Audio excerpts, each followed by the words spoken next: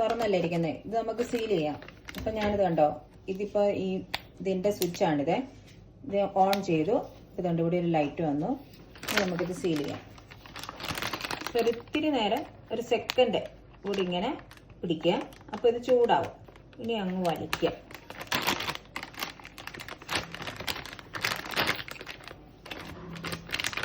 കണ്ടോ,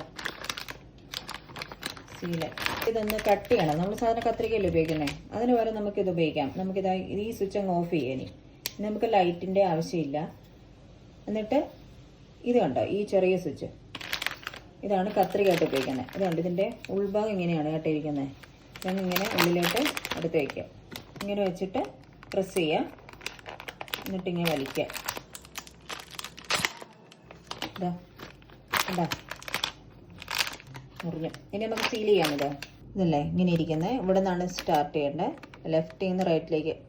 താഴത്തെ ബട്ടണല്ലേ, ജസ്റ്റ് ഇവിടെ തൊട്ടാണ് നമുക്ക് വേണ്ട. അവിടെ വെച്ച് പ്രസ് ചെയ്യുക. പിടിച്ചോണ്ട് നിൽക്കരുത്.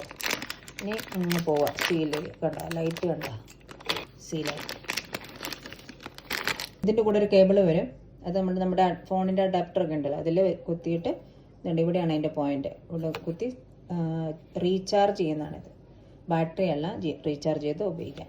ഇനി ഇത് നമുക്ക് എവിടെയെങ്കിലും ഒട്ടിച്ചേക്കാം. ഫ്രിഡ്ജൊക്കെ ഉണ്ടെങ്കിൽ ഉണ്ടല്ലോ, ഫ്രിഡ്ജിൻ്റെ ഇതുണ്ട്, ഇങ്ങനെ ഇവിടെ സൈഡിലായിട്ട് ഒട്ടിച്ചേക്കാം. അപ്പോൾ അവിടെ ഇരുന്നോളൂ. ഇത് ഏത് കമ്പനിയുടെ ആണെന്ന് ചോദിച്ചാൽ സെസ്നിക് എന്ന് പറഞ്ഞൊരു കമ്പനിയുടെയാണ് കേട്ടോ.